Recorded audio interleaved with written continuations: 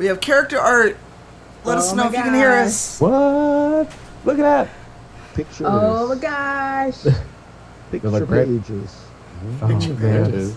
I really, Shareef and I were talking about it, and yes, Gosrick is in fact an angry lawn gnome. So thank you. It's 100%. Looks awesome. Oh man. Yes. Hello. How's everyone doing? I'm doing good. Hello, Doing everyone. good. How are you all? Doing great. How are y'all? Upright. That's all I got. Right. Yeah. I'm vertical. Yes. That's the promise. Of course, the DM has to be contrary. Yeah. The only promise.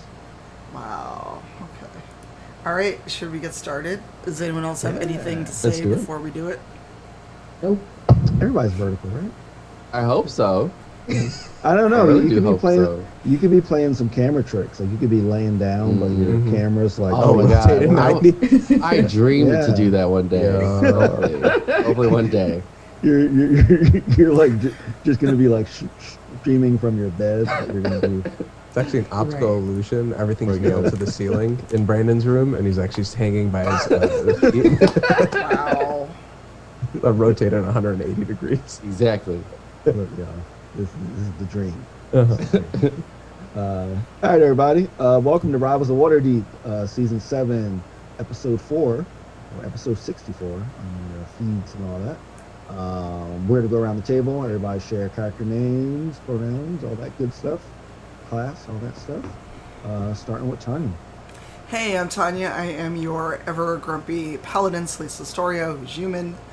Only human. Some days, who knows? And I and Celeste, our pronouns are she, her, and you can look that way, I think. I don't know if I'm pointing the right way, for nice character art of Celeste that you can see the whole time. Hi everybody. Hi. Okay. I'm Brandon Stennis. I play Reladon. Pronouns for both me and Ren are he, him.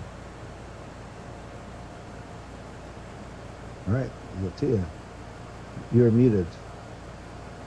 Let's fix that. I'm not muted anymore. No. Hello, I am LaTia Bryant. I play your punchy bird monk Dahani, now with gorgeous character art. I think it's over here. So I'm gonna do that. And both my and yes, I got it right. And my and Dahani's pronouns are she, her. Sweet. And then there was me. Hi, I'm Masood. I'll be playing Gosrick Gnomrad, your rock gnome merchant who anamorphs sometimes because he's a druid. His pronouns and my pronouns are he, him, and yeah, we're excited to play. Sweet. And I'm Shareef Jackson, the DM. My pronouns are he, him.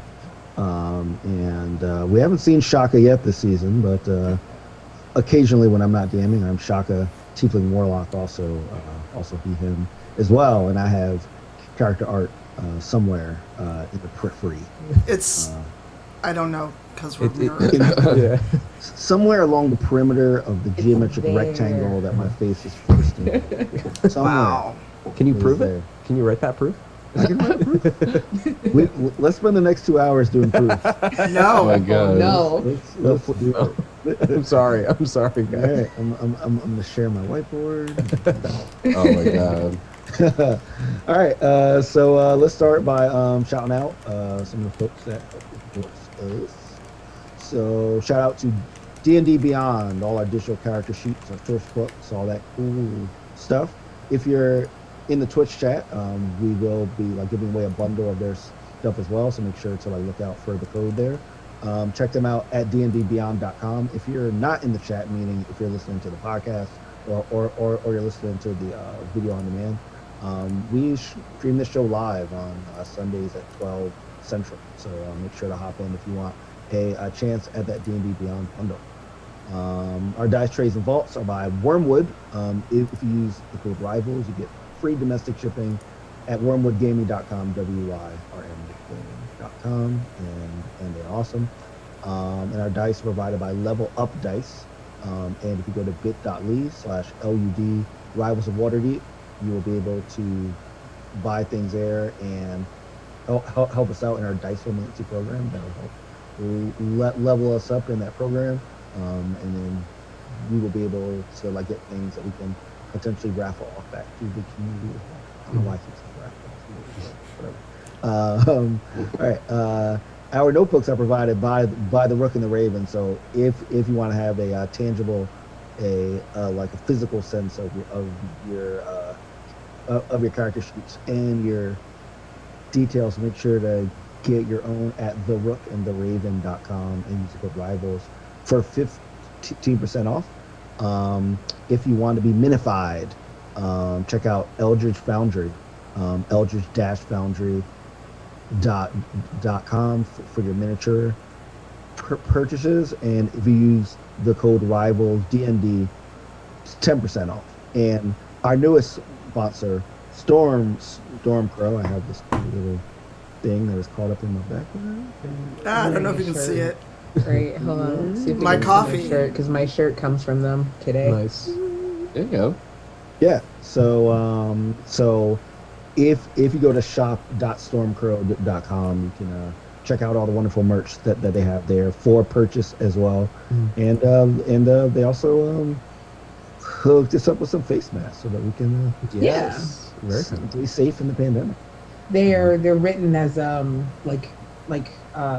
video game items, so it's like a +1 to like health or face mask wearing or something like that. It's super cool. Yes. I believe I have like poison resistance on mine. Nice. Never more wanted to travel to Vancouver after receiving this item, just to go see the store. See the shop. Yeah, absolutely. So COVID has been solved. All you need is some Oh my god. I mean, this face But mask. honestly, if everyone did, though, all right, let's not get too political. Oh, see, wanting people to live is not political. Unfortunately, it is, True. and that is my political statement. See 2020. 2024. I'm not going to get in the way of Kanye. It's 2024. true. Oh, I don't want to God. divide that vote. I think you can be Kanye's VP. in 2020. No. You can be No, his no, No. I would write No. that ship. I would write that ship. No. Oh, man. Don't even say that as a joke. Don't No. split the vote, y'all. Seriously, don't split the vote. Don't do that. Yeah, we have to be a monolith, y'all. Okay, Oh, good. you can't split anything. No unique opinions. All right? Wow, if we were at the table, I would so throw a D20 at one of you. Yeah. So what was it? The last time we were at the table was what episode? I think 57 or 58. maybe? 58. Yeah. So this is it feels weird because it feels like it's been a while. Especially after having 57 episodes where we were all together all the time. I honestly can't remember a time when we were in the studio, guys. I wonder why. I wonder why.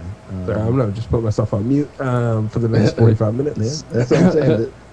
That's like when that border is just gonna creep in on you. All right, so let's give ourselves a little recap of what happened last episode. So previously on Rivals of Waterdeep. Whoosh. All right, peoples. What happened in episode 3? We realized that we might be in a time loop. Or something Yeah, weird is going on with time. Yeah, something weird is definitely going on. Dahani flew up and saw that there was like sort of an image of a clock, on the ceiling. And Masood kind of like he like looked outside to use his powers of nature to see that it did look like it was earlier in the day. And then the same group of rich people out looking for a show came in. So it did look like things were, at least that like the last few hours were repeating themselves. And Second verse, same as the first. we also saw, what's it called? Duo's suit was ripped hanging on the door, Yes. but he also came in a fresh suit that In a wasn't fresh ripped. suit. Yeah. Yep. Okay. That is correct. Yep, yeah, and like he kind of passed the suit, kind of looked at it, kind of weird, Mhm. and then came in. Mhm. Um, anything else, guys? Um, Any- Anything with the strange cloaked gentleman? Oh, yeah. he's a ballet dancer. Right. Yeah. What? Yeah, He's a ballet yeah, dancer. y- yeah. So like Masood had the great idea to first he was trying to sell things to him, and he didn't re- really respond. Mhm. And then like Gazzer talked to Duo and said, "Hey, like, why don't you get him to be a warm up act?" Basically. So Duo, he like went over. You couldn't really hear the conversation, Mhm. but after that, dude, he just like went to the front, and he began the ballet dance. And he came up and sat down. Yeah, and he was also obsessed with the watch the duo stole. Yeah. Yeah, Mhm. yeah. So we found out that Duo stole a watch from him. And right at the end, when y'all basically pressured him into it was a question of like, do we give the watch back or not? Um, you notice that the watch was set at 6 o'clock, and it had like an image of Selise's shield on the watch. And the image of the clock that Dahani saw Mhm. on the ceiling was set at 3 o'clock and had an image of Duo's face on it. So that's kind of the information that we have so far. Also, Rin was frozen. Yeah, Ren was right. He was like frozen in mid drink. So like he's just sort of in the kitchen. I believe someone tipped him on the ground. I forgot who. He's like kind of on the ground, frozen with a bottle in his hand. Mhm. Yeah. We also found out. I'll like ask you guys, what would you find out about who can communicate with this cloaked ballet dancer? It's only Duo. It's only Duo. Only Duo. So Mhm. like y'all were asking questions. He was not responding, and then Duo would like say something, and he would immediately respond. Mhm. So there's some kind of connection that this character has with Duo. You don't know if this person's ignoring you or if they honestly can't hear you or whatever, right? Like you're not sure exactly what the case is yet there. So all important things. Mhm. Was Anything he so else? when we were taught when we were debating giving his watch back, was that the moment when did he seem to acknowledge all of us in that moment, or was it just still Duo? I'm Just trying to Duo. remember. Just Just Duo. Duo. Okay. Hmm. Yeah. Duo's the only one that's been able to interact with in like any way. Weird. Well, in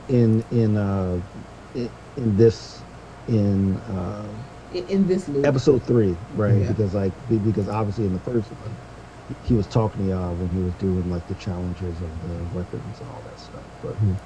But in this one he's only talking to Duo. Right. All right. Anything else, y'all? I think that's about it. Okay. Yeah. Yeah. That is definitely all the high points. Mhm. I just didn't know if there was anything else that like I wanted to bring up. I don't All think right. so.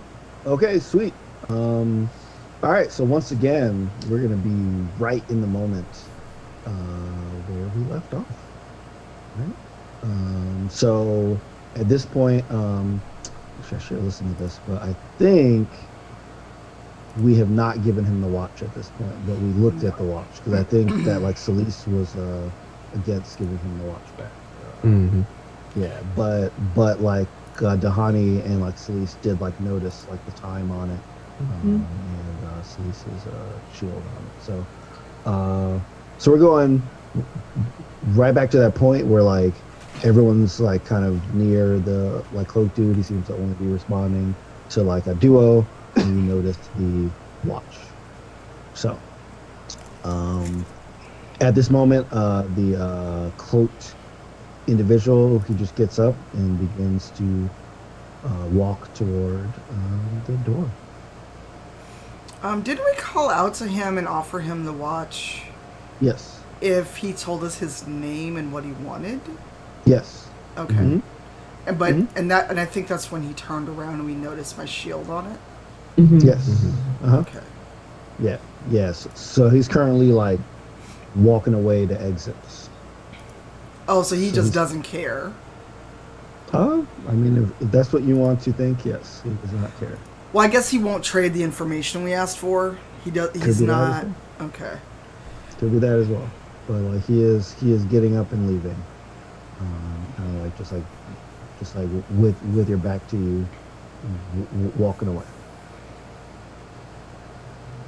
So what do you guys want to do? Do you want to let him leave and regroup? Follow him? You could try to attack him, of course. All We kinds saw of how well stuff. that worked out last time. Yeah. Yeah. Well, Yeah. Yeah, that was pretty hilarious. I think we should follow him. Yeah. Yeah. Okay. Do you Am want I to try still to follow? frozen though? Oh yeah, Ren. So Okay, you, alright. so Ren, you awaken on the floor of the kitchen, and right next to you is like a smashed bottle of Shirley Temple, and it's sort of like all over the floor, and it's like actually the smash of the bottle that wakes you up, and like everyone in the party also hears a bottle smash from the kitchen. And you know have no idea what has happened because you weren't here for the last episode. So like you just assumed that the talent show like just ended and you're on the ground now. Oh. Where's everybody at? Oh my god. All right. So there's nobody in there. So you're saying that to yourself. Yeah, Um, yeah. Do you like try to investigate the area? Do you try to go outside? Like do you Yeah, chill? I'm gonna go outside first because it's like the first of the morning, so this is like the routine where Ren is like, gonna be his workout routine. So he's gonna go outside and start like jogging around. Okay. All right. As you go outside and you begin jogging, you see a man in a cloak that you remember from the talent show. You see him walking toward the door to exit, and you see Jahani, Masood, Salice, and Duo, kind of like in like a group area. So, do you say anything to him? Not yet. I want to Okay. observe. All right. So like you're just jogging around and Yeah, observing. yeah. All right. What does anyone else do? Ren. What's up, Salice? You were frozen on the floor. When did you wake up? Frozen. I just woke up like 5 minutes ago. What do you mean? No, you were frozen most of today in one position. Wait, what time? What time is it? What day is it? It's the same day. Same day. Oh, I just woke up. I thought like we did the talent show and I was, I had such a good time and I did so well in the talent show that I just like passed out and I was just like, I was tired from all my talent. No, that was probably blood loss from Yes, your 40 you got hit by knives. many knives. Yes. Oh yeah, I forgot about that. That did happen. Well, actually, Yeah. what do we notice any scars or anything? Because isn't that in the previous timeline? I mean, there weren't that many scars on him. Yeah. I mean, nothing that you would notice. Like he's not like battered or. Well, so I mean, I think this is the question Gosrick now wants to ask is, like, when we shifted back, does the damage that occurred on that instance still carry over, or was it like, what are we still? Did we age continually, or do we also revert back? Well, I mean, it's like, 3 how many- hours, right? Yeah. Like it's a couple hours. Right. So I don't think you would notice your aging of 3 hours. But would the wounds be open or closed? I think that's the bigger thing. Is there like, yeah. So do you want to like, so do you want to like roll specifically on Rin's status? Like you kind of want to do a Yeah, I would love to. I'd just love to see if Investigation. if the scabs are there or not. I think like Sure. that, or like Okay. if any way, shape, or form. Because if they're not, then it's like that timeline didn't occur. But if there are, then it did happen, and we're just like, Okay. yeah. Sure. I've got a whiteboard. I promise you, I can. I'll do this proof. There's no Pepe Sylvia. I'll do an investigation. Sure. Okay, I got a 16. Okay. So you're like kind of like laser focused on Rin, which probably makes it. Come, let me look at your rock. And I just like picking it up and like stretching it out. Oh, so you're like okay. actually grabbing him. Okay. Yeah. Okay. All right. Yeah. So as you do that, you like notice that you do see some injuries that look consistent with the few knives. Okay. Slash him. Okay. This makes interesting sense. Okay. This is good. Interesting sense? Is that good sense or bad sense? I mean, no, it's not. I'm not putting judgment statement on good or bad, but it is interesting. We did not travel back in time. We did not loop ourselves back because if we would have, the Rin's guts would not be here. He suffered them for the entertainment of the people, though the people don't remember the entertainment. The entertainment still happened. Okay. At this point, Duo kind of like hears you, and he pipes up and like says like, "Well, I mean, but if we went back in time, like we could have like experienced something, and then like jump back in time, and then still had our experiences, and then we're in like the same thing in the past." I mean, I read that somewhere. I was gonna say, Duo, approximately like 5 minutes ago, you completely didn't believe that we jumped back in time. I mean, yeah, but like now, I mean, Gazrick here he just held up Rin's arms, and like I'm a believer. This is proof of first talent show, even though second talent show did not have knife show. Well, the second talent show didn't happen. Right. Yeah, it only, well, this is the narrator speaking. Yeah, it only happened with the ballet dance, right? That was kind of the only performance that occurred, if that's not true. All right. At this point, the cloaked guy who is not quite exited yet, he says, "Follow me," and then he continues to walk toward the door. And he's walking like really slowly too. Like he should have been out by now. It's almost like he's like it's almost like he's like making it as dramatic as possible. Oh my god. Fine, Like, slowly walking. I'm just gonna like Celise is just gonna go because at this point nothing like Duo's talking in circles, Rin doesn't remember anything. We were And gonna follow him, but just because he said to follow us now, I don't want to follow him. No, it's the same. Yeah, it feels like we should not, but we kind of have to. well, I'm gonna go follow him because I want to know what's happening, and I still have his watch. So Do you want to Right. go get your stuff, Celise? I don't feel comfortable if you're not wearing a bunch of metal stuff. you say that like I need armor to be dangerous. Fair point. At least get your sword, though. Fine, tell him we're gonna follow him. I just need to put on my armor and get my sword. I think you have time. He's walking incredibly slow. Yes. I really think you can go get your stuff. If not, I'll stand outside the door and tell you where he walks. All right, I'm gonna go put on my armor, which if anyone's ever actually put on armor, it's actually a very slow process. It's not fast. Oh, I would But- imagine, yeah.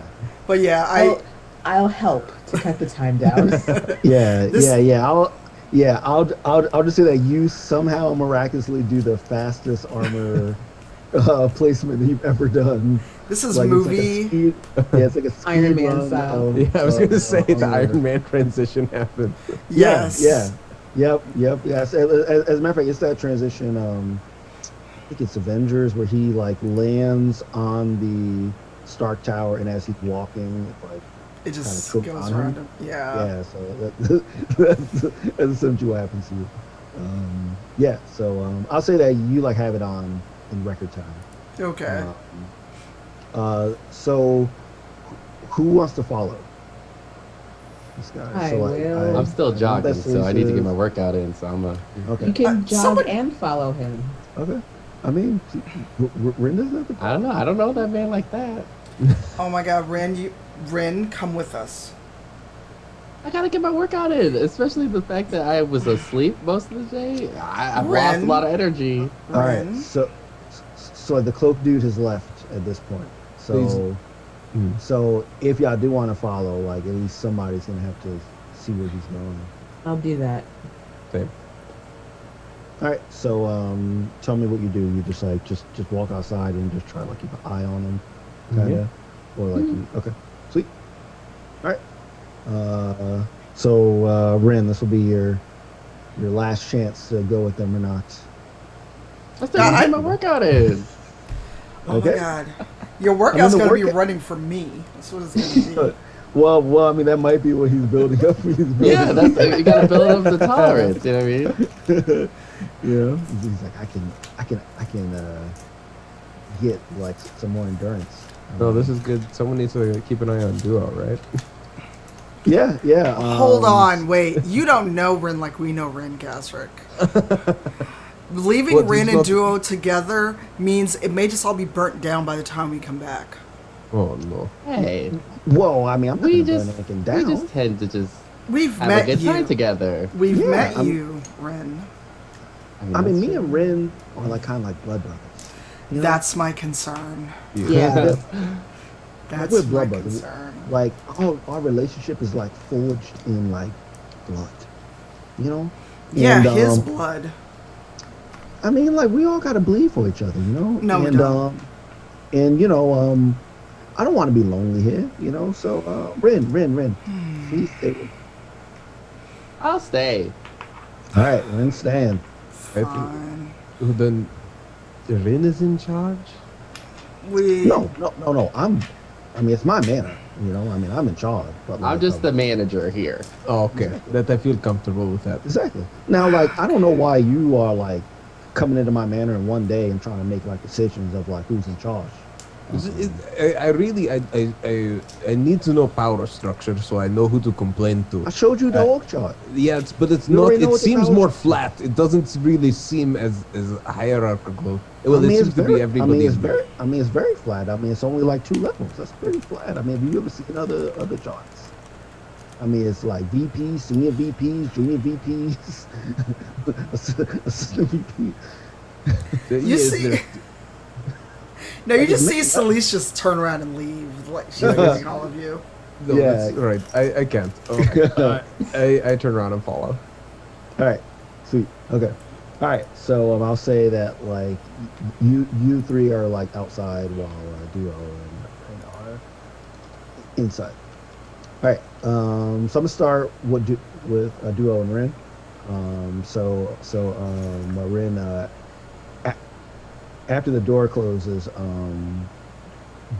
Duo kind of like runs up to you, and he like kind of like grabs onto your like shins basically, with like his talons, and he like says, "Rin, you gotta help me. Like, I gotta pay this money off. I mean, like everybody else is gone, so we can't do like a talent show. I got some ideas though, and I think that we could pull it off because like, we don't need the rest of them, right? Let's do it." What exactly are you suggesting? Well, I mean, like I have some other ideas that I've talked about, like we become bounty hunters. Like there's a whole bunch of bounties that the Waterdeep people like they post on boards and stuff, and they have like different like monetary amounts for like people that we could like capture. And I mean, I've seen you fight before. Like I mean, like you can kind of hold your own. I am pretty strong nowadays. I mean, it doesn't sound like a bad idea of taking down bounties. I've always wanted to have the title of Ren the Bounty Hunter on my title. Bounty killer. Yeah. All right. So I got one here, and he pulls out this like crumpled up piece of paper in his bag. and you basically see a picture of what looks like kind of like looks like a bluish face with like tendrils on the bottom of his face. It like almost kind of looks like he has like these like kind of like tentacles on the bottom of like his like face. Um, and it basically says like, you know, like 20,000 gold, dead or alive, essentially. Like it like looks like a old school like Wild Wild West kind of like right poster, you know. And Jewel says like, I think we can get it. I think we should do it. I'm ready. And then Ren like pulls out one of his daggers, like flips it, and then he drops it because he's like not very good. He's like, well, we're still working on it, but we can do it. We can do it. That is so funny because I was gonna make you roll up, but you just gonna choose to fail. It's like a passive like you have like a passive negative bonus on my flips. Okay, all right. So Duo he like goes and he like comes back with like basically a bag full of weapons. And you've never really seen Duo carry a bunch of weapons like before, but he basically has a backpack filled with like, you know, maces, like scimitars, swords, you know, and he like says, I heard from like some of the other people in the manor. They were like talking about like kind of like where this guy like might like be. So I want us to like to like head off there. Right? And do you go with him, Ren? Yeah, I'm ready. Okay. All right. Yeah, I'll assume that you go and you get like all your stuff, like your weapons, all that stuff, and then y'all head out. All right. So let's go back to Dahani, Solis, Gazric, and the cloak guy. Would y'all say that y'all are following like really close? Are you walking with him, or like are you trying to like be like, you know, like behind and like try to observe him, a la like Assassin's Creed or something? I'm walking. No, I made sure he knew I was there. Beside in my armor, I can't be quiet anyway. So I'm just I'm walking like to the side and a little behind, like trying to size him up. Okay. If there was a triangle between, if you could form like 2 points between Solis and the cloaked man, I'd try to be on the other side of him. So it's like if you're like looking on the front, you'd see Solis over one shoulder, and then Gazric behind the other knee. Yeah. Okay. All right. And where would Dahani be? Dahani has found a group of monks and is walking in a single file line praying. Wow. No. Completely stealthed. Oh my god. Yes. Dahani is probably on the other side of Solis. So I was just like Tahani, Solis, Gazric. Yeah, and then we're just like a decent distance away from him. Mm-hmm. Yeah, you are definitely Dahani is blended in with the environment. No one will will see you now when you go to assassinate this guy. Yeah, desynchronization is impossible, I promise. Right. Yeah, that's hilarious. You know, just like go like sit on a bench like in between two like perfectly spaced out people. Right. Disappear. All right, so you notice as this guy is like walking, he starts humming a little bit. He's like humming it doesn't sound like a kind of tune. He's like kind of like mumbling to himself, but it's too low for you to actually hear him. But like you know, you like have to get a lot closer if like you want to hear actually what he's saying. It's especially because you know you're like out in the city, so there's all kind of other people like walking around, and, you know, noise and all that stuff. So, do you want to stay where you are, or does at least one of you want to try to get a little closer to hear what he's saying? I will. Okay. All right. Tell me how you do it. I just walk up to him. Okay. Yeah. No, I'm always going to give you a choice as to if you want to try to do it like a stealth thing, or if you just say, "Hey, I'm just doing it." And you know, Dahani like surmises that like he told us to follow him, so it's not like we have to hide from him. Like he knows that we're going. Right. So, yeah. So yes. So yep. So like what you like hear is he is basically humming a bunch of numbers. Ooh, Yeah. love numbers. Yeah. So like he's basically saying like 0, 2, 3, 6, 7, 1, 9, 4, 5. 0, 1, 3, 6, 7, 1, 9, 4, 5. And kind of keeps on saying that over and over again. 0, 2, 3, 6, 7, 1, 9, 4, 5. And he keeps on saying that over and over and over again in a loop. Cool. All right.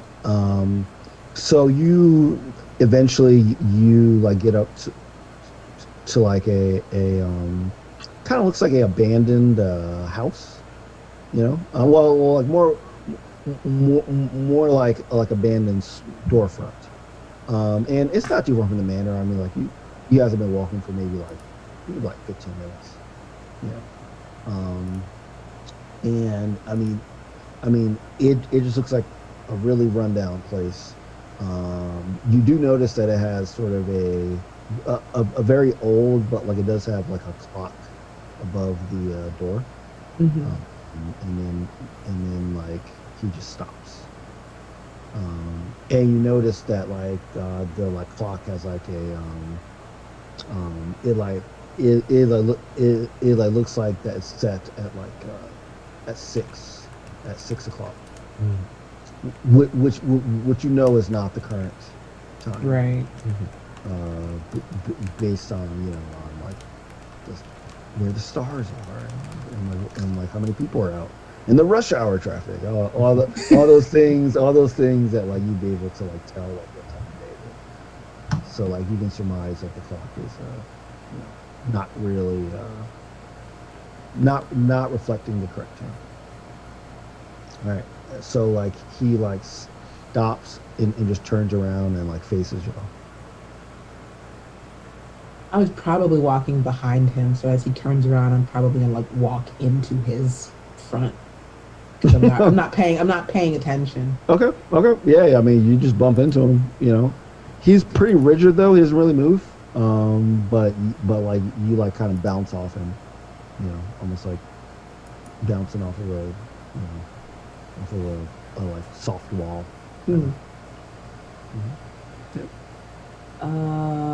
What's this place? He doesn't say anything. But he does like move away to like give you, and like he gestures toward the door. But no, he like holds up a finger that basically says like 1. So like he like points to like everybody, and he basically says 1, and he points toward the door. I think. Who wants to go in the creepy door?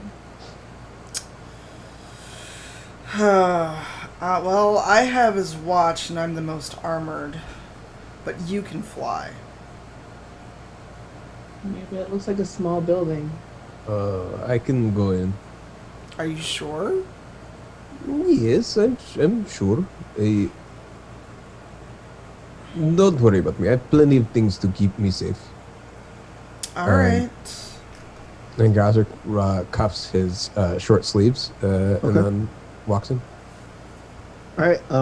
As you're walking in, you see him kind of like immediately start. He like puts his like arm out and starts like pointing at his hand, kind of like where a watch would be. He starts pointing at it like right in front of you as you start to walk toward the door. Do you pay that any mind? Do you keep walking? I turn to Celise and actually I walk back and I says, I think I might need his watch.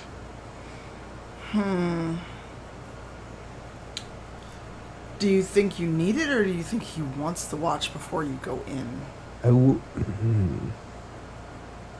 I look back at the guy and the incessant pointing. Mm-hmm. Can we all see him doing this? Yeah. Mm-hmm. Can I make an insight check? Sure. Can I help with that? Yeah. Yeah. You guys can all roll like whatever you want to. I'm gonna discern what's try going on. insight. That wasn't better. Oh, that was not good. I rolled a 16. I want to see if is he pointing because he wants his watch, or because whatever's going on in this room or in this building is timed. I'll say that with the 16. Well, first is like anybody else roll an insight? I did, but I only got 9. Okay, so like I'll say that like Tahani can, you like sit and you think about it. You've seen the watch. You remember that the watch was pointed at 6 o'clock and had a image of Celise's shield on it. You notice that the clock in front of the door is also at 6 o'clock. So you think that he's pointing toward the watch, not because it's time, but because he wants you to correlate the two. Okay. So I say, I don't think you're the one meant to go in, Gazrick. I think Celise might be the one who has to go in. Oh. Why do you Okay. say that? Just look at the time on the building and what time was on the watch. And that is your shield Yes. at the 6 o'clock. And like I point to the clock on the building. Yeah. I guess that's 6 o'clock. So I think you might be the one to do this particular whatever this is. I thought you were doing a PU. I was like, No. no. No, and I will shrug with both my shoulders and my wings. And now my arms are disappeared. Nice. All right, I guess it's me. I'm going to actually put on the watch before I go in the door. Okay. All right. You put on the watch. All right, I take my sword and shield out because I have a bad feeling about this, as the saying goes. Okay. And Do you go in? I take my sword and kind of tap the door first to see if it's unlocked. Okay. The door, it kind of starts to swing open really slowly. Okay, so I just open the door, but with my sword. Okay. All right. When you open the door, it looks like as I said, the like outside is kind of like an abandoned storefront. So at the inside, it looks like it was, the equivalent of like a convenience store, but it looks like it's been ransacked. I mean, there's stuff all over the place. There's like little vials of like potion on the ground. There's like all kind of cabinets and stuff on the ground. It like looks like the inside. It like looks like it matches the outside. It like looks like something that has been thoroughly gone through. Huh. I'm trying to remember. Is there a light source anywhere, or is the daylight enough to kind of illuminate the room enough for me to see if I keep going? You could definitely see like Okay. this room.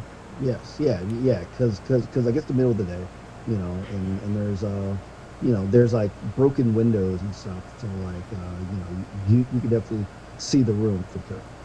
Okay, so I'm gonna cautiously enter, Okay. and I guess do an investigation. Hopefully, nothing attacks me. Yeah, let's do it. Please Oh don't. my god! Before Wow. even the number comes up. Wow. Well, I mean, it was a crit fail, so who knows? Y'all might get your wish. All right. Well, yeah. I mean, It was only a 3, but I crit failed. yeah. A fail on investigation is always a weird thing, but it just means that you like a walk in, and you look around. You don't really notice anything that you would recognize here. It just looks like it's just an old place that was ransacked around. As I said before, there's a bunch of potions on the ground. There's a whole bunch of books with like torn out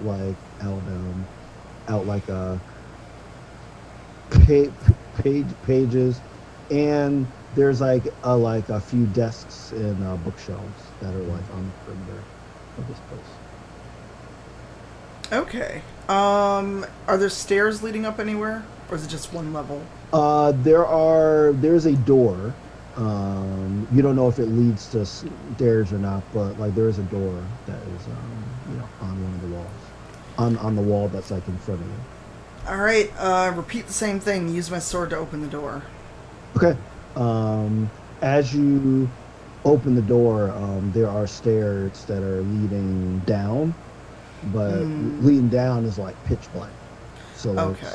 so you can't see, but like you could walk down and try to see what's up. How about that we don't do that, and I use Can I use blinding smite to light my way? It would light your way temporarily, but it could, because I would say that you can see like the status of this place. Like it looks like it's as a support, it's like pretty like on its last legs. Okay. So you could possibly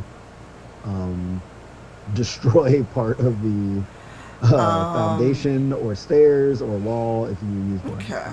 Well, in that case, I'm going to use elemental weapon and use my sword and cast fire elemental weapon on it to use it as a makeshift. What do you call the thing? Awesome. Torch. Awesome. Yes. So like, is it like actual fire on your sword, or is it just like red or something? A non-magical weapon you touch becomes a magic weapon. Choose one of the following damage types. So it's actually damage. It doesn't let me use it as that. So basically, I could do damage with it. I thought it would let me like actually have like a fiery blade. I see. All right. Oh well. I mean, I'll tell you this: if you want it to be a torch, we'll just make it a torch. Yay! If you would like it to be that. Yes. Game of Thrones this. Yeah, yeah. So like, yeah. You like have this like great idea, and like you're just like, hey, it's like an element, and then the D&D gods say, yeah, that's actually a good idea. And then fire just comes from the sword. Yeah. So like, you can light the path forward, but you can only see like immediately like in front of you. So like you can see like maybe 10 feet in front of you. That's fine. Right? I will slowly walk down with my torch sword held in front of me. Okay. Nice. Is Sully still in eyesight within us? Not as she's going down the stairs. Okay. I shout out to her as I see her try to like use her sword as a torch. Mm-hmm. And I say, wait, I like pull out an actual torch. It's like, no, don't ruin the steel. Like it's bad for the mineral. And I also pull out a rope that I like tie like around my wrist, and like take these, and if you need us, pull twice, and we'll come join you. Okay. It's a magical fire, but sure. Well, it's more like I like You going alone into this like building that could collapse on you at any moment? Like I don't know. That like concerns Gosrick. Take this. Don't go Take alone. the torch and the rope, and if you need help, tug I twice. mean, you could like go with that if you want to, but no. So okay, so like you're like giving her a rope that like you're. It's like she's going down a well, basically. Kind Right. of. Yeah. Okay. Sure. And I light the real torch, and I kind of like, I do this once to extinguish my sword, even though I'm sad now because it looked really cool. I know, and You could do both. and You could do both. You could have both in and- both hands and tuck the. Oh my god. I mean, the D&D gods are upset because they're like, "Hey, we blessed her with a flame torch." I mean, I was trying to look cool, and here's what happened. But actually, no. You know what? I'm gonna like thank Gosrick for that and stick the torch like in a pouch just in case, and keep my sword torch lit. Okay. And I just reassure him it's magical fire. It's not actually hot. It's fine. Okay. But I'll like wrap this rope around my wrist and keep going downstairs. Okay. Is there a length to this rope? It's 50 feet. 50 feet. Okay. All right. Yeah. Okay. So like you are creeping down these steps. So Lisa, I want you to make a dex saving throw. Oh boy, my worst stat. Well, it was nice knowing you all. No, like Dex is my worst. 15. Yeah, sweet. Yeah. So like as you're stepping, you like put a little bit of pressure on the step, and you notice that it's about to give way. You immediately take your foot off, and you kind of jump like 2 steps ahead of that step, because you realize that the step that you were about to step on was about to cave in for sure. Okay. All right, great, awesome. All right, so you make it to the bottom. As you make it to like the bottom, you like notice that the rope has reached its length. So you can't really move anymore if you want to keep the rope tied around you. So what do you want to do with the rope? I yelled to Gosrick, "Hey Gosrick, do you have any more rope?" No, that's actually all I have. So if I hold the rope, this is as far as I can go. Oh, okay. Do you know where it is and how to get back to it? I'm gonna I'll tie it to the banister, and if you feel a tug, then it's bad. But careful, there's a rotten step.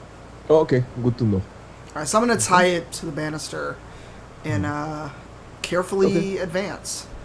Sweet. Okay. As you advance, you're like kind of like you're like swinging your torch around to like try to like get like a sense of this room. You hear what sounds like a mix of like coughing and wheezing. So like kind of like a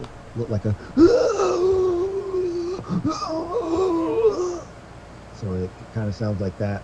And it's coming from like the center of the room. Can I see anything? You can try to get closer in the direction that you hear it from. All right, I hold my sword forward, and I've got my shield ready because I'm like, I don't know what this is, and I'm by myself. Okay. Yes, I'm gonna move forward toward the terrible wheezing noise. Okay. You see something under what looks like a sheet laying on top of a huge stone slab. And it is like kind of like barely moving and making this like wheezing noise. Okay. I'm going to just reach forward with my sword and try to lift the sheet, because it's magical fire, it's not going to say anything on fire, and just lift the sheet so I can see what it could be. Okay.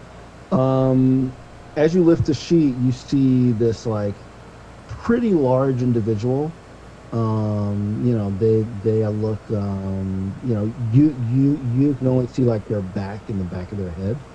But you know, they're they're like in some armor, but it looks like the armor has been like very damaged. Okay. And like you see that like sort of like on the slab, kind of like next to them is like a bow basically with like and it's a very large bow, very large bow Okay. that's kind of laying to the side of this person or thing, I should say. It's not a person. Now I got Sweeney Todd in my head. Thanks, Shareef. Um, I I advance and I just pull the tarp off, Okay. Okay. and I'm just like, oh god. Okay. Um, as you pull it off, this person like sort of rolls over to see sort of like what pulled the tarp off. And as you look in the face, you see a very large, um, but like, but like, but like sickly looking. Looks like kind of an orcish person. He looks kind of familiar to you, but never in this state. Because his face looks a little like almost like disfigured. Um, uh, Um, uh, or but he like turns to you and like says like, how did you find me? I came down the stairs. I need help.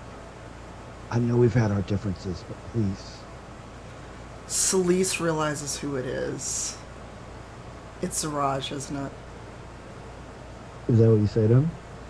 And I just look. I get a little closer. I'm like, we meet again, Zaraj. I need your help. Oh, do you now? Yes. And why, of all the people in Faerun, should I help you? Because there are things happening that we need to fight against. Both of us care about Waterdeep, even if we were on different sides. What I care most about is your head on a pike. For what you took from me. Instant gift from Masood's reaction to that. I'm gonna make that right after the show. Instant gift opportunity. Yeah. So like he like says, there. I understand. We used to work together. We helped to train you. And I helped you figure out the city of Waterdeep. But I understand why you would want to kill me. Do you? But trust me, there are things that are bigger than our disagreement. Disagreement. You call killing my wife a mere disagreement? Your wife. My wife, remember? Roll. Roll nothing. Yeah. Actually, I'm gonna have Like- actually I'm gonna roll for Zaraj. I'm gonna have him roll. I'm gonna have him roll history because he's trying to think about. I'm like, if he doesn't remember, that's going to make it so much worse. Yeah. All right. So he rolled a 15. So he turned around and he basically says like, I've killed many in my day, many. If one was your wife, I truly apologize. But it's part of the job. I'm sure you've killed many that were other people's wives, husbands, sons, daughters. No. I'm a paladin, remember? I don't murder Yes. people. So you've never killed anyone?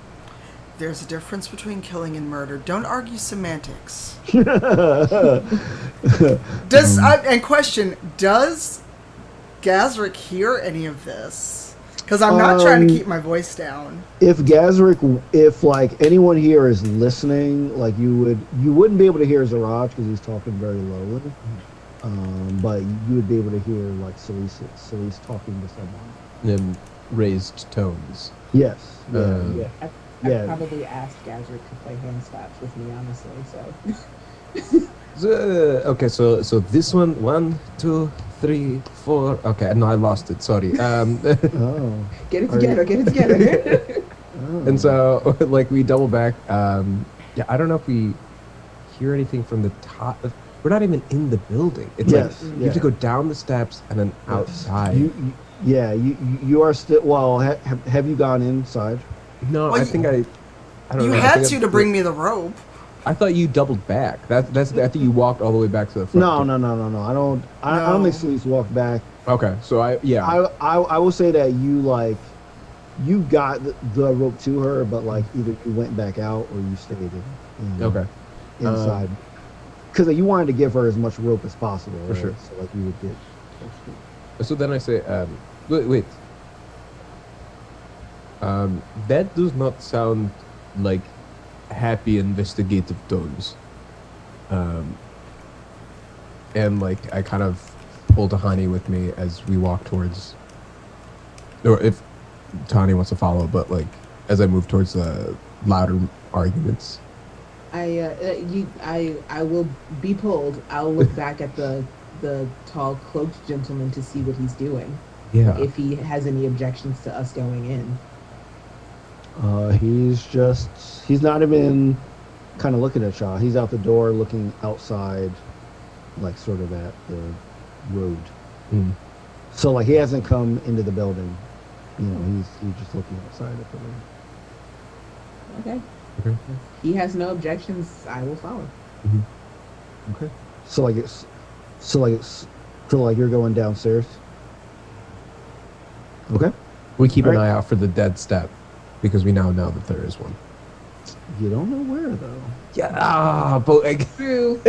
We did. Okay, fair. Just said there was a dead step. There was just a dead step. She didn't tell us how many steps down. Yeah. Yes. Well, I mean, I doubt she was counting. She was going down. 6 steps down from the top. Yeah. But yeah. So, tell me this. I'll say that because she told you, you're being sort of extra careful as you're walking down. So why don't both of you roll perception with advantage? Cool. Because like you're basically testing every step almost. All right. As you're going down. Thank you for advantage. I did not get a 7. I got a 15.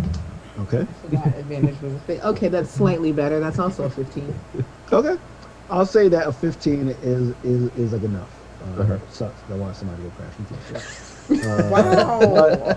But like 15 is enough. Yeah. So you like kind of like creep down the steps, and you like come down and you see Celise. You see her kind of in front of this like person that's laying on this slab. It's sort of like this massive looking person too. Like they look huge, but they're clearly injured. And now you can hear, both of them. So as y'all walk down, Zaraj looks like directly in Celise's face, and he says like, "I see you bought company. This should really just be between us." I didn't invite them down here. They were upstairs. Yes. Celise is like, her hand is on her sword pommel. And she's just like got pure murder in her eyes. Okay. And she's like, as far as I'm concerned, it's just you and me. Okay. Ooh, I love that. As you say that, we're going to hop over to Rin and Dua. A good break. Yeah, yeah, yeah, yeah. Oh, I love that. Rising storylines, rising storylines, rising Yeah, I storylines. love it. I love it. All right. So like, you guys are like going through the streets of like Waterdeep. Um, Duo's walking a little slowly because he has this massive bag of like weapons. Um, Rin, do you try to help him with by carrying any of these weapons? Oh yeah, because I know that Duo is a little shorty, so gotta Yeah, I'll take some of his stuff off of him, carry it for yeah, him. yeah. What so like I'll say he has a mace, like hammer, a scimitar, and a sword in his bag. Which ones do you want to hold on to? I'll take the mace. Okay. You said a hammer? Hmm. I'll take the hammer too, I guess. And then you said a sword too. Yes. Yeah, I'll grab those three. Sorry.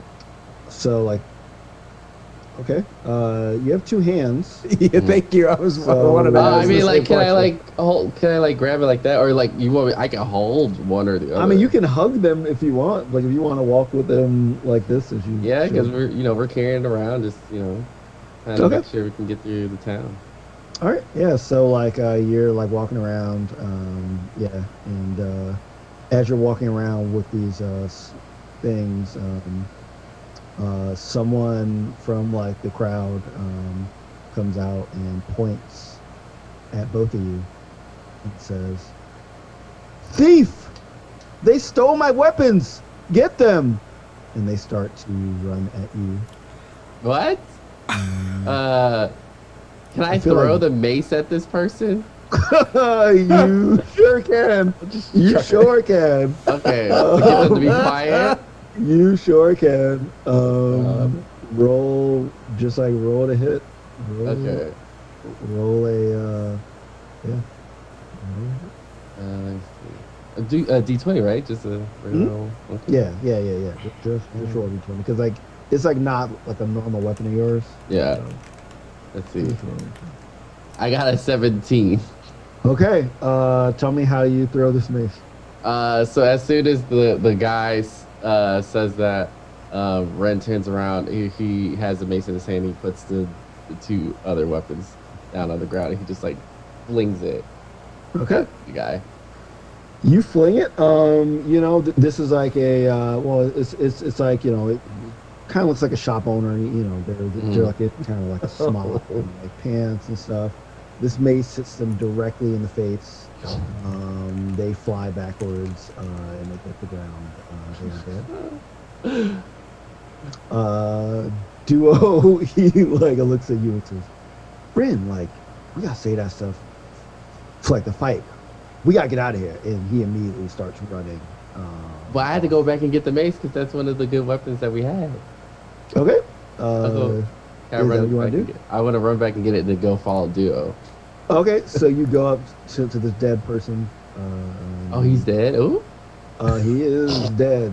Well, I Very clearly mean, dead. we had to practice for being bounty hunters, so we had to do what we got to do. I mean, this mace is like impacted into their face. So you Oh, have to- okay. Well, we probably got to take it out and run. Okay. All right. Okay. As you take it out, there's a few guards that are patrolling the area. They happen, they hear kind of like the screams from the crowd. That would happen if someone just murders a civilian in broad daylight. And they basically they look at you and say, "Stop." Halt. Yes, I have stopped. Okay. All right. And they come up to you and they basically say like, "You are under arrest. Do not resist." Why am I under arrest? This man attacked me for stealing one of my weapons. Okay. I want you to make a Constitution saving throw. Oh God! Oh God! Oh God! Okay. Okay. Okay, I got a 19. Okay. All right. So this guard, there's one that's like behind you, hits you in the back of the head. Ooh. but it's not enough to knock you out cold. Mm. But it definitely hurts. Yeah. So as you're reeling back from like a hit, the other one grabs you. Do you resist or do you go with them willingly? Oh, we are resisting.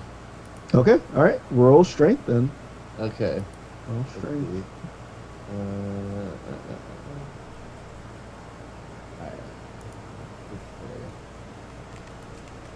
I got it too. Okay. They got a 15. All right. So Can I use an advantage? Because I have one from before. Like, oh yeah, right. Yes. You do Okay. have I use inspiration. So yeah, Okay. you can use that. So okay. That'll be a roll 15. Oh. You got this. God. I got a 14. Oh, that's even worse. I So know. Worse. Sorry, so close. So like you're like trying your best. You're like you're Oh, trying to God. get your way out of their grip, but they have you. And they are so like now like both guards are like holding on to you now. Oh, God. So at this point, do you go willingly? Or do you, I'm gonna try. start trying to- I'll try one more time. I would like to try one more. Okay, I will say it. if you're trying another time, you'll be at disadvantage because there's two people holding you. Okay. So it will take you like you'll almost have to crit it to get out of it. So do you want to try? Oh my God! Take me to jail. just take me to jail. I'm too nervous. I feel like if I do any more, it's just gonna get worse. So just take me to jail. Okay, all right. So like the one guard says, smart move. Now, were you with anybody else? No, I was only alone. But still, this man attacked me for stealing my. He stole my weapons. Why am I being arrested for? I was just defending my own items. Well, you can't just kill people in broad daylight. I didn't mean to do that. My mace did it. If they stole your weapons, then just report it to the proper authorities. I didn't have time. All right. As you're arguing with him, they are leading you Oh away. God, I'm going to jail. Okay. And Duo is kind of off in the crowd, just kind of like hiding behind somebody, just kind of like looking. And then he runs over and like he basically says, officer. I saw the whole thing. He didn't really mean to do it. You know, like that guy was like, he was like trying to like attack us and like all that stuff. So could you let him go, please? And then the guard doesn't even pay attention to him. And then Duo says like, look, he's my guardian, okay? I don't have anyone else to go. I like live with him, you know. And then he like looks at you, and like he's kind of like, you know, can you say something to, you know, like he's like kind of looking as if he is kind of winking at you to see if you will go in with him on this attempted ruse. Yes, I am his protector. Allow him to speak on my behalf. We don't. I mean, this is the business for adults. But if this is your child, we will have to take him into custody as well. So we grab Duo. Duo does not resist. And both of you are being. We're going to jail. You guys are being let off. Oh Lord. Okay. Yeah. So back to Celise, Dahani, Gazric, and Zaraj. All right. So like Zaraj, you know, after Slee says, as far as I'm concerned, it's just me and you. He's like put himself upright, and he sort of like, he like looks a little more like about him myself, and he basically says like, I don't want to fight. I'm telling you, there's things that are bigger than us. We need to band together. So does Celeste feel anything from her ring? As you've been walking down the stairs, it's been getting a little warmer. How does it feel now? Because Celeste is just, like, kind of like in Dragon Age when you are a warrior and you just hit Berserker mode. Mm-hmm. That's where her mind is right now. Like, she can just see red. She's not being rational at all. Mm-hmm. So how does the ring feel now that Zaraj is literally in front of her?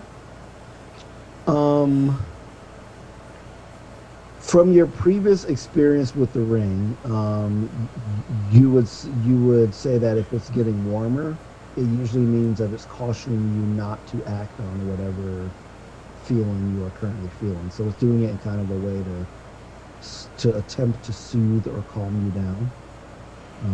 That's like kind of been your like most like recent reactions with the ring in the last couple of months. Is that the warmth is like a sign to like sit back and chill and think and not act on your current feeling.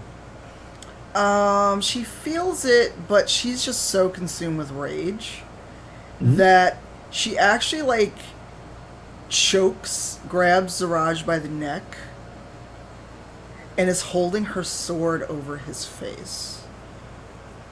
And she just stares at him. She's like, I've waited for this moment for so long. What do you think could possibly make me want to not kill you? Okay. So before I respond, so Jahani and Gazrick, you guys don't really know who this person is. You don't know why Celeste has kind of gone off, kind of like really like focus in on killing what you see as like a sickly individual, basically. Do you have any thoughts or responses, or are you kind of just backing up like, hey, this is obviously something that is serious that does not involve us? I think I'd turn to Hani and be like, okay, so I'm new here, but do you know who that is? It feels like I don't know, it feels personal, and I don't think it involves me. I'm feeling the same. Yeah, okay.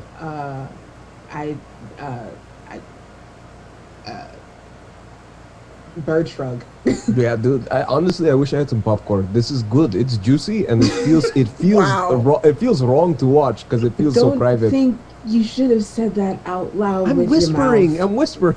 This is a very small room.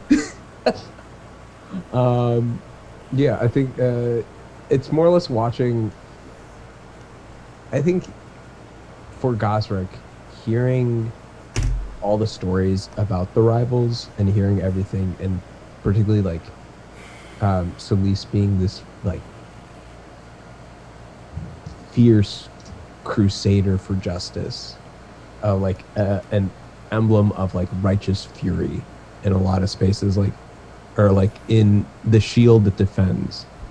So if and something has earned this ire, it must be justified. Like the judgment would not be there if.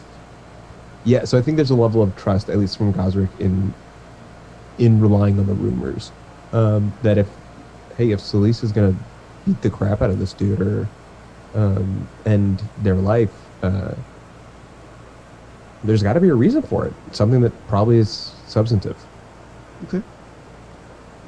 I'm just watching. I'm cautiously watching. Like I'm ready to, punch somebody if I need to. Okay. All right. You start to hear a little rustle from the corners of the room. Because the whole room is not lit. Remember, it's like only the part that sort of like Cerise sets her torch around.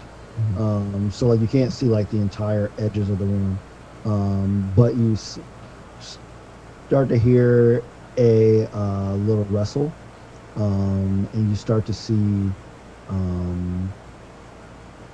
like faint like images, but you can tell that there are other people in the darkness. They've just kind of been stealthily waiting there, but they start to intentionally make themselves known.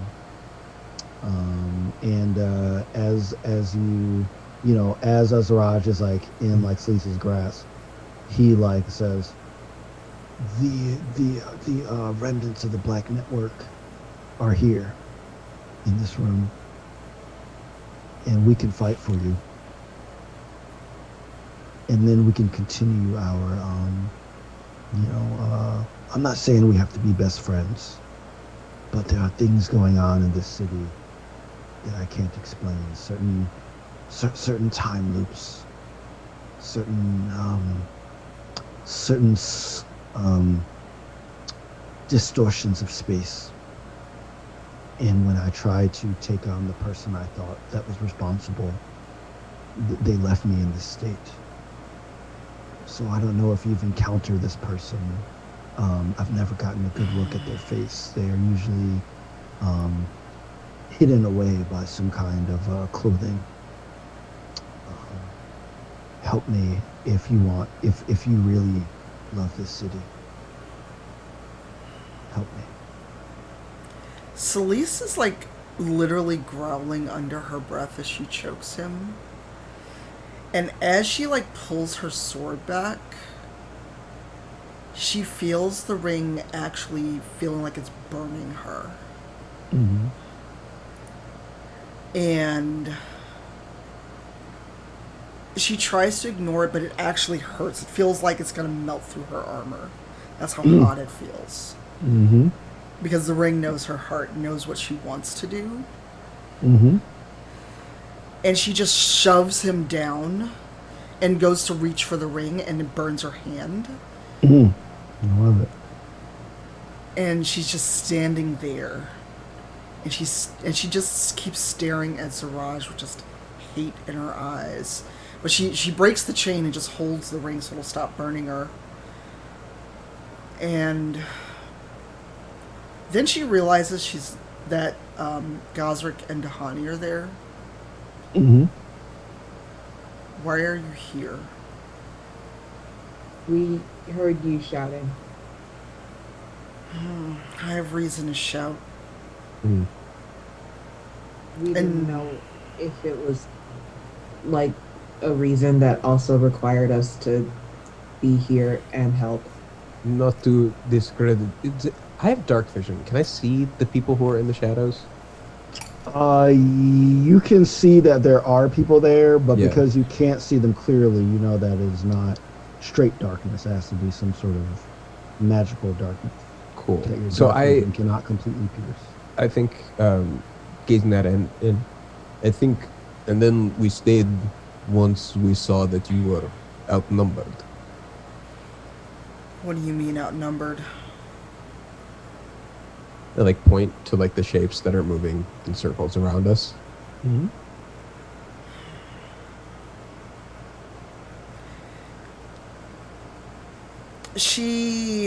Celise is torn, but she knows for the greater good what she should do.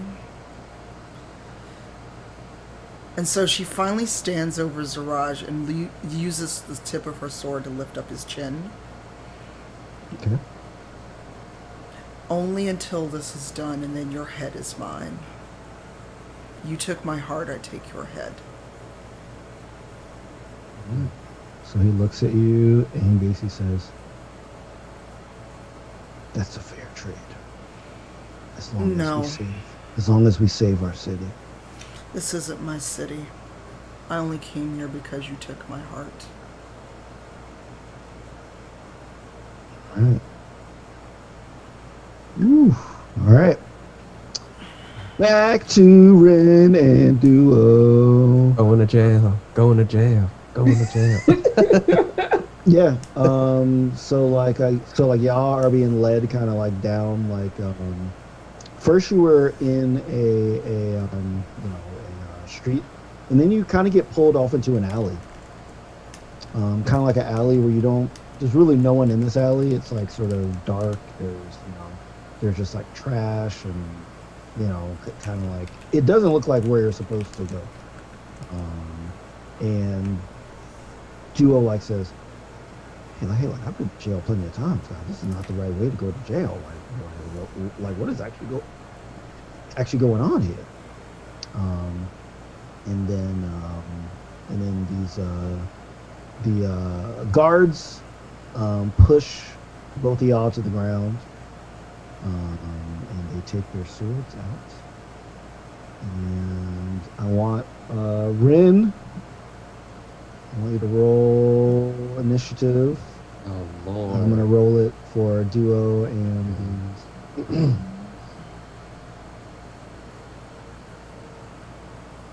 All right, I got a 12.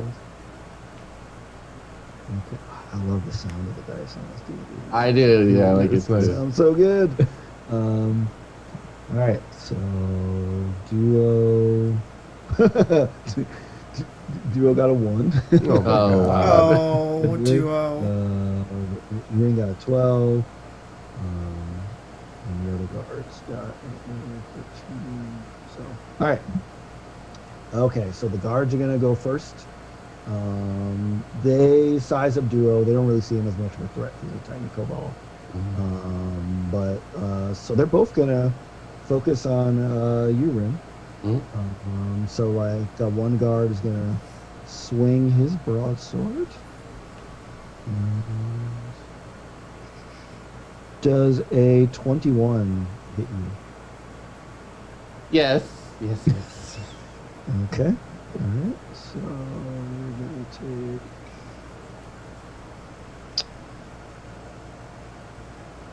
All right. So you're gonna take 14 points of damage. The other guard also has a broadsword and do the exact same thing to you. And does a 14 hit you? Yeah, it's just like on the money. Well, is it tied? No, it is 14. Okay, then Yeah. like you actually like defend against it then. Oh, okay. Because the tie goes to the defender. So Okay.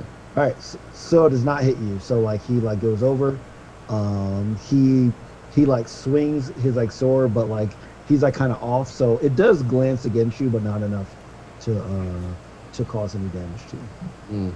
Okay. All right, sweet. All right, Rin, you're next.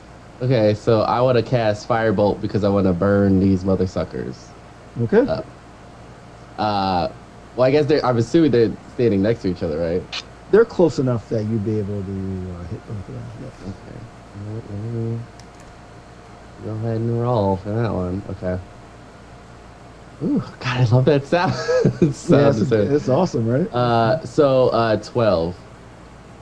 Okay. 12 does not hit, Oh, damn. Okay. unfortunately. We'll see. But I will say that Rin has gotten a surge of adrenaline from killing a random civilian. So I will give you advantage on your Nice. on your rolls. I'll let you roll again. Okay, let's go ahead and do that. You're like, I've been wrongly imprisoned and I killed a random person. Oh! So you're like, you're feeling it right now. Ooh, definitely not better. 9. Okay, you're not feeling it right now. Yeah, definitely not. Yeah, so tell me how you miss. Oh, okay. Well, see, Ren has his hand out, ready to pull out that firebolt, and then he's trying to like light it, and it's like not going. He's like, "Come on now, come on, hand, what's going on here? I know it's been a while, but I need you to work." And it's not working. So he's just like, Okay, you can't just get like it to slap work. it. So Yeah. these guards, they just see you slapping your hand. It's like a lighter, but it's not Oh, it's like a lighter that doesn't work. yeah, yeah.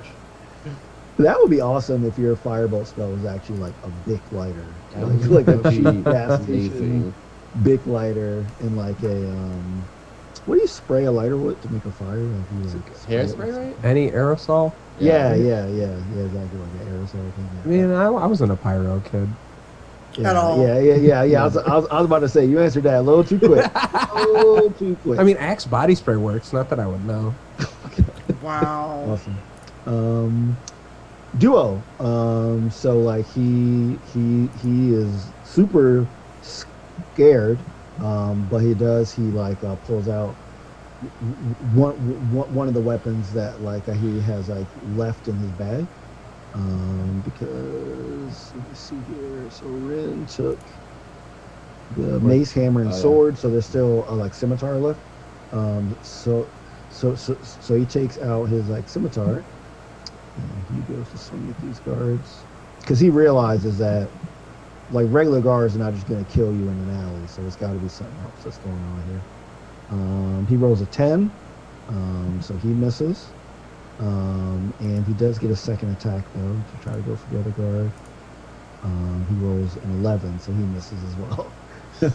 So like he's just kind of like wildly like swinging because he's like hyped up in the moment and like he just kind of like blinded a bit. So he's like and he just like misses. At this point, we are back up to the guards. So the guards now like they're sitting there kind of like snickering because like, y'all missed like all your attacks, and they're like getting like super confident, right? So they're just gonna actually pass their turn. They're just gonna sit there and just taunt at you, and they are just like like you guys aren't any like match for us. And they like basically like they like I say like let's just make this a little more fun by making them think that they have a chance. That's kind of what they say to like each other. So like they actually hold their actions, and they don't like do anything at this turn. Ren, back up to you. Okay, all right. Well, I'm gonna try to firebolt again because I really want to burn these mother suckers. Okay. Try it again. Let's try again. Okay, let's see. Let's take a look. 18. Okay, 18 hits. There you go. Okay. All right. 18 hits. All right. Let me roll for that damage. Yeah. And... Oh, 26. Okay. All right. Okay. So what you do? So Ren is like still slapping his hand, trying to get it to work, and then It finally works. Finally works, and he's like, "All right, Duo, watch the master at work." And he like puts his hand together like this, and then he just like swings the firebolt towards I guess towards the direction of one of them, but they're staying next to each other, right? Mm-hmm. Yeah. Is it a spell that can target two people? Can it target? Let me double check. I don't think so. I think it's only one damage. It says creature or object within range. So, yes. Does it say creature like singular creature? It says a Like creature. Yeah. Okay, yeah. But like, I'll say that because they're just standing so like close, you light one guy on fire. He literally just, right, and like he is so like surprised that he actually runs into like the other guy, and that guy also catches on fire. So they are at this point screaming, and they're like trying to put themselves out. So like they are. Do they still teach kids stop, drop, and roll? I don't really know. I learned that when I was a kid, but I don't know. I don't know if it's still a thing though, but there might be some more advanced thing to do now. I don't know. I learned stop, drop, and roll. That's the thing. So they're like trying to stop, drop, and roll at this point on the ground.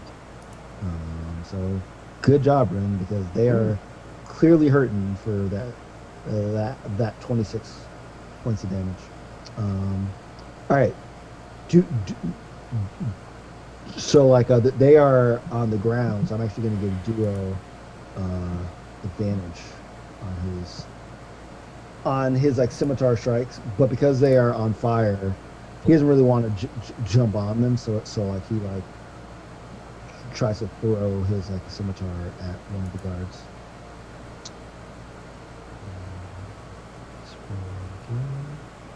Oh, he gets a 19. Yikes. So he throws the scimitar at this guard, and it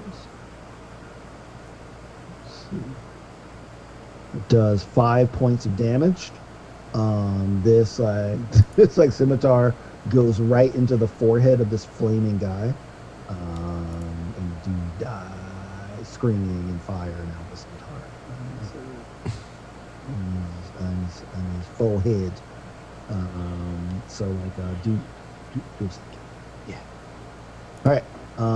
He does get a second attack. He does not have his like scimitar anymore though, and those bag of weapons are like pretty much all he brought. So like he's gonna hold his action as well. At this point, both of y'all notice that right behind these guys that are like on like a fire, you see the cloak guy from the manor. Looks like he just appeared from nowhere too. Just first it was just like these guards, then you see the cloak guy, and then you're good. All right. Do y'all say anything to this guy, because he's just there and he's not really saying anything? So do you say anything, Ryan? No, I think I just walk past him. I just walk past him. 'Cause Okay. I'm already not trusting people at this point, especially the fact that like some guy yelled at us, well, for stealing his stuff, and then we got arrested. So I walk past. You're leaving out the fact that you killed the guy. You're I just mean, yeah, like some guy like yelled and we got to arrested. perspective, maybe yes, that did happen.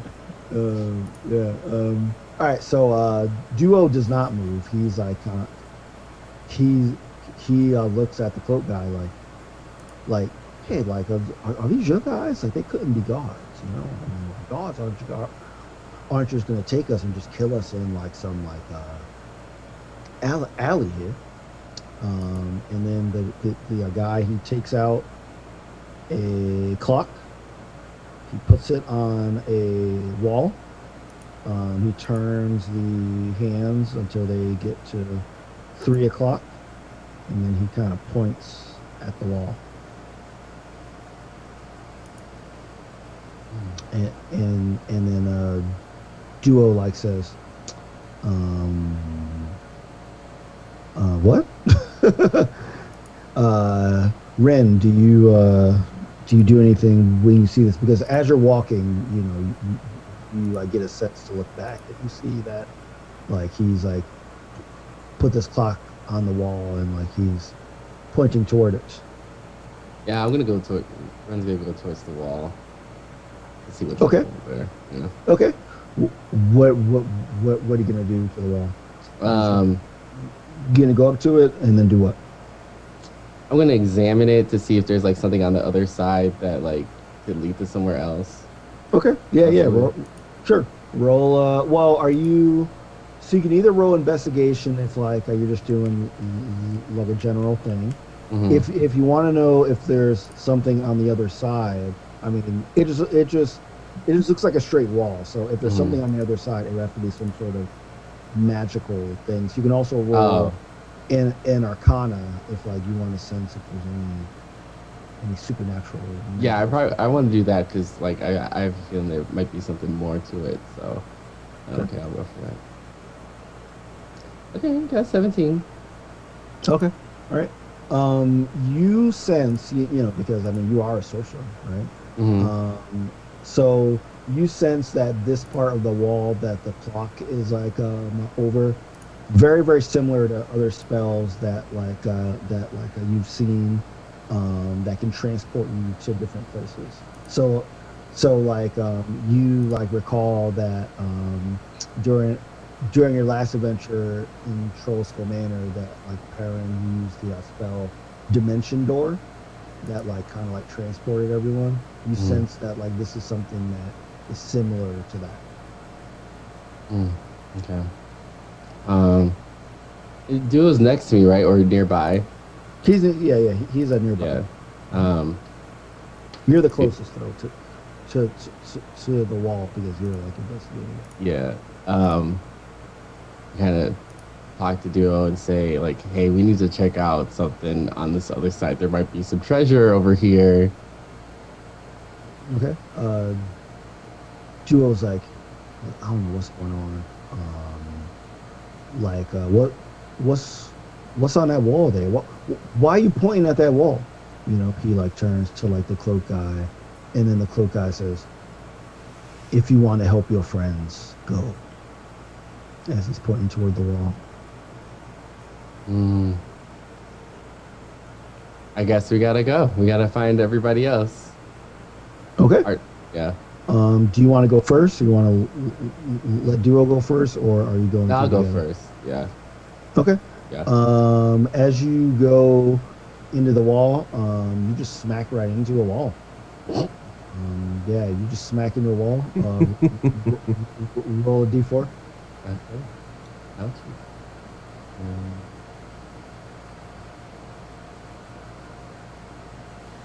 3. Okay.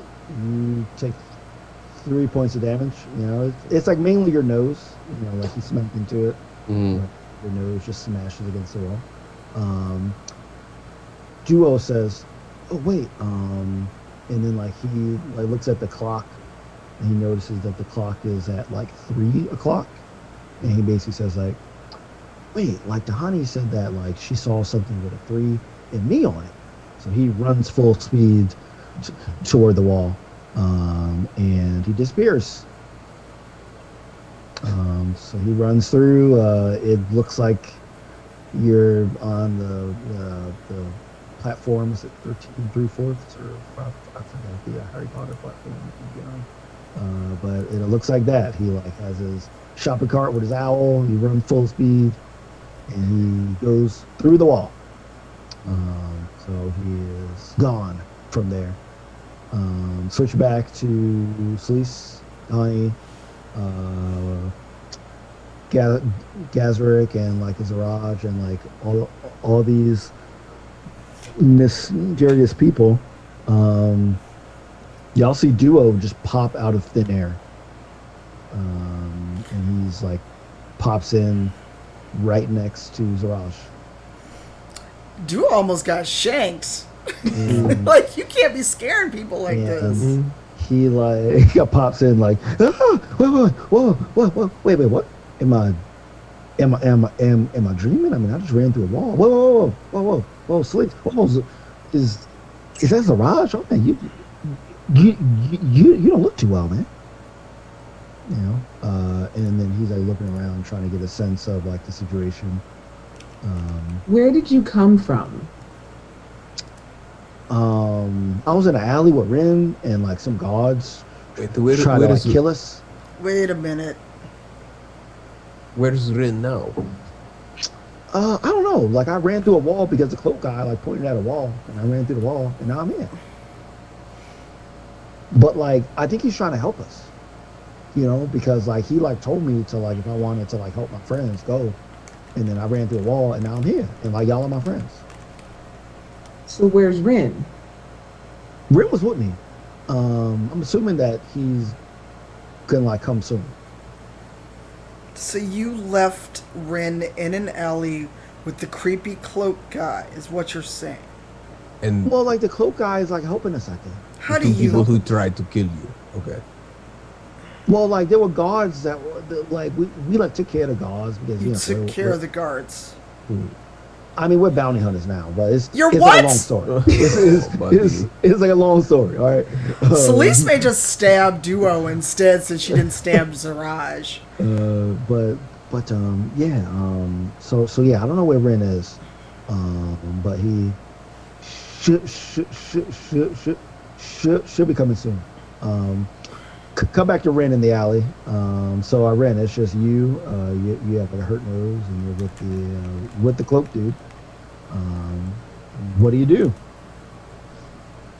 gotta find my friend Duo. I just don't feel comfortable around you, sir. I'm sorry, but you know, you just kind of showed up here, and I I gotta find my friend. Okay, so he goes up to the clock. He adjusts the time. So now it's like pointing at 9 o'clock. And now you see a image of your face on the clock. And then he points toward it. You already touched this clock? He's just like pointing toward the wall. I guess I'll go touch I mean, you wall. can try to touch the clock if you want. I'll go touch the wall, I guess. Wherever he's pointing. Okay. As you touch the wall, your hand goes through the wall. Everybody in the basement of this room just see a hand poking through out of thin air. Do we know the hand? It's a brownish hand, right? With some gold rings on it. I mean, like you I don't know. Can you tell someone by their hand? I don't know. Is it slightly on fire? It is not on fire. It might be holding a cheap Bic lighter. Oh, that's definitely Rin. I go pull him. It's like a pink lighter. Oh, do you want to pull him? Yeah. Pull him? Yeah, Okay. do that. So you grab onto like this hand and you pull it, and Rin comes flying out. Actually, since you're pulling him, roll strength. Oh, great. That's a stat that I have. Okay, 12. Okay. Ren also roll strength. Actually, sorry, I forgot to tell you about it too. 12. Okay. All right. Cool. So as you pull him through, Ren he flies out, smashes against you. Both of y'all fall on the ground. But because y'all tied, it's like not like a injury. It just looks really silly. That's all. So now everyone is reunited in this basement with Zaraj, who we have not seen in a very long time, and he looks like he is like very sickly. And we are going to end the episode right there. I want to stab Zaraj just a little. just a little stabbing. I mean, he's already hurt. Well- What? Nobody's gonna notice an extra stab wound. There are many episodes to go, so this is not the last that we'll see of Zaraj. So if you have any questions for us as players, if you have any questions of the characters that we play, not us as players, or of like any of the NPCs, so of Duo, of like Zaraj, of the Cloak Dude, of like anybody, of the citizen that Brandon killed. That poor man. That like Rin slaughtered. Type question in the chat, followed by what your question is, and we will answer it.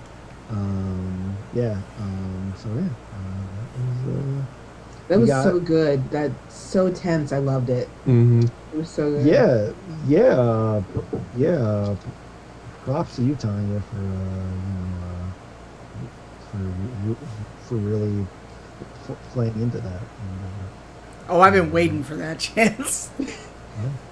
Question for Gazrick: are you homesick for Icewind Dale? What's your favorite thing about your home? Yes, the home is nice. It's good to be back there when I get there, but the thing that I miss most is food. The food there is much better than what we find in this part of Waterdeep.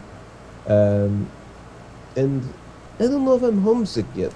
The only thing, it's too early to tell. There's so much still happening. And frankly, Gossip is getting a tan for the first time in his life, and he's enjoying it. Nice.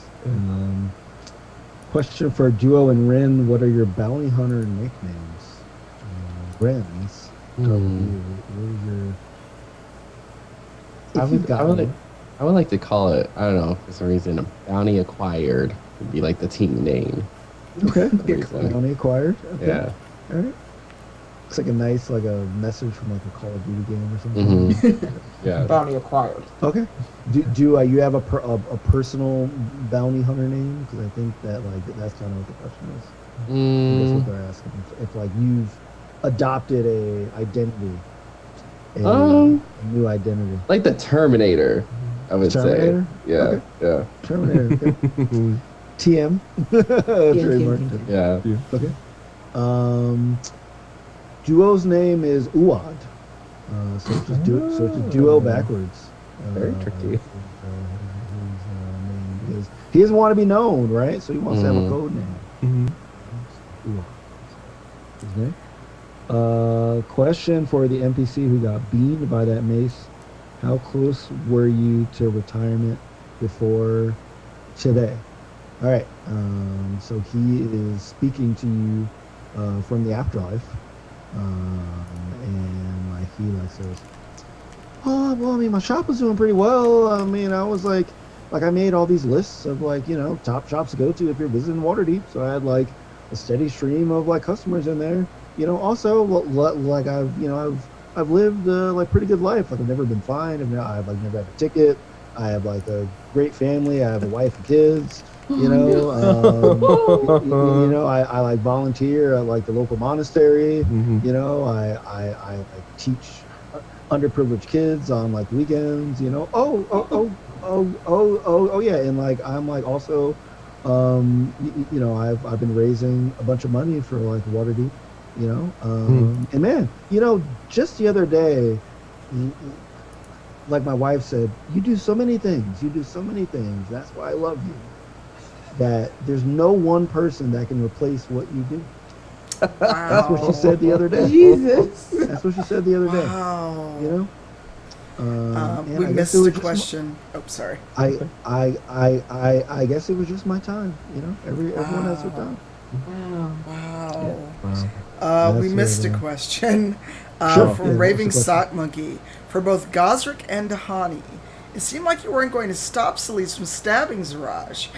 Would you have helped her hide the body? Yes. Yes. It's not the first Wow. time, no. Nice. We won't stop murder, but we're going to help you hide the body. Okay. I mean, maybe afterward I might have had some questions, but for it sure. seemed like Celise definitely would have tried to stab me had I interfered. And you know what helps you get your goals? Being able to blackmail powerful people. So if you help them bury your body, then they have to kill the god who's terrorizing your home. So it would have been a win-win. Nice. I love it. Question for Ren. Why do you go along with Duo's ideas given his history of questionable ideas? Well, I will say that I myself get, you know, deemed for the stuff that I do. So I want to give a chance to somebody else because maybe one day his ideas will work and then, you know, people will stop feeling wrong about what he does, like they do me. Okay. Very honest. As a question for Celise. Are you okay? No. Yeah, that's a big no. That's like the fastest no and the most like, you know, like in anime when like characters turn and their back is everyone, their heads down, and they're like gripping their hand. That's that level of no she's at and not okay. Yeah. And for anybody new to the show, we've kind of dug into this in like previous seasons. Like Azaraj was like a major character in the first 2 seasons, and like we also learned via flashback that like he was like responsible, you know, for the death of Celise's wife. But as he said to her, he doesn't remember. He's killed so many people in his life that it's just like another thing to him, you know. So it's like kind of like that like kind of weird to quote a Street Fighter movie, but that like M. Bison thing where he's like, it worst day of your life. To me, it was a Tuesday. Yeah. Yeah. Kind of, he was like kind of like that basically. That's a good quote though. That is It a good is. quote. It is a good quote from an awful movie. Yeah. Yeah. And one last question for Rin. What is your stance on consequences? They don't matter. That's how I you want. mean- That's why you in jail. There it is. There it is. All right. Cool. So let's go around and say what's going on and what we have coming up soon. So starting with Tanya. I am here, as always, on Sundays. Tonight, we go back to Aegon. So over at Bard and Barbarian, our friend Diana is GMing us through shenaniganry, but of a Greek mythology type. So basically, I have no shame in saying I am playing a version of Celeste, but a demigod, and even more powerful. So 7:30 Eastern, 6:30 Central, over at Bard and Barbarian. And what day is it? It's the 12th. In 2 weeks, Dragon Age returns over at Wandering DM's channel. So that is 8 o'clock Eastern, 7 Central, 6 Mountain. And I'll be DMing our shenaniganry through the Fade and the Alluvians as Inquisitor Fenris tries to find his nemesis. Oh yeah, and find me everywhere Cypher Tier. So that's my handle everywhere. Hi everybody, Brandon Stennis. I played Ren Leadon today. You can find me on Twitter at I am Brandon TV, and then you can find me on Twitch at I am Brandon. I don't really have much going on yet. Probably next week I'll have a little bit more information, but yeah, if you want to check it out, yeah. Oh, me. Hi. I am LaTia Bryant at LaTia Bryant everywhere that I could have a username. You can find me streaming now at twitch.tv/LaTia Bryant. I'm playing Final Fantasy X, which is one of my favorite video games. You can find me here on Sundays. And then tomorrow evening, I believe, some of you may have noticed a video waiting to be released on the D&D YouTube channel. I am in that video. We encounter one of the mythic creatures of Theros, Arasta. So take a look at that video and see how a possible way to fight a mythic monster. If you don't like spiders, I would not recommend watching it. Other than that, I am on Twitter. Come and find me and talk to me and say hello. Hey, I'm Masood. You can find me on Instagram and Twitter at Marudeboy, MAHRUDEBOI. Besides being here on Sundays, playing with Rivals of Waterdeep, you can find me on Tuesday nights, playing with the Indoor Recess crew, doing the Mythic Odysseys of Theros. And I'm going to be watching LaTia's video tomorrow, so I know how to deal with this spooky Spider Queen. Because, for real, if you haven't looked up the character art yet, it is terrifying. Her hair is spider webs, and her mouth is like 15 mandibles. It's gross, but you gotta do prep before the fight, so that video is gonna help out. Yeah, you can find me here on Indoor Recess Crew. If you haven't yet already, feel free to follow also Indoor Recess Crew on Twitch. We as a channel are going to be producing a lot more content as well, so just keep an eye out for that. Sweet. And I am Shareef Jackson. I was your DM today. You can catch me at ShareefJackson.com, ShareefJackson.com, and Shareef Jackson on all social networks. Tonight, I'll be part of a D&D roundtable put on by the University of Pittsburgh. They are showing a play called She Kills Monsters. So good. Virtual rounds at 7:30 Eastern, and then we're going to have a chat about it at 9 p.m. Eastern. So if you go to UPitts Stages on Twitter, you can see all the information on that and like how to watch the panel and the discussion at the end. And also during Gen Con on August 1st at noon, I'll be part of the panel for creating your GM's favorite character as well. And we will also have a Rivals of the Waterdeep show during Gen Con as well on a Sunday after our normal show. So we'll have all kind of dope stuff coming up. With that, while Sleaze gets like a few pokes into Zaraj, we will be out. See y'all next week. Peace. Bye, everybody. Bye.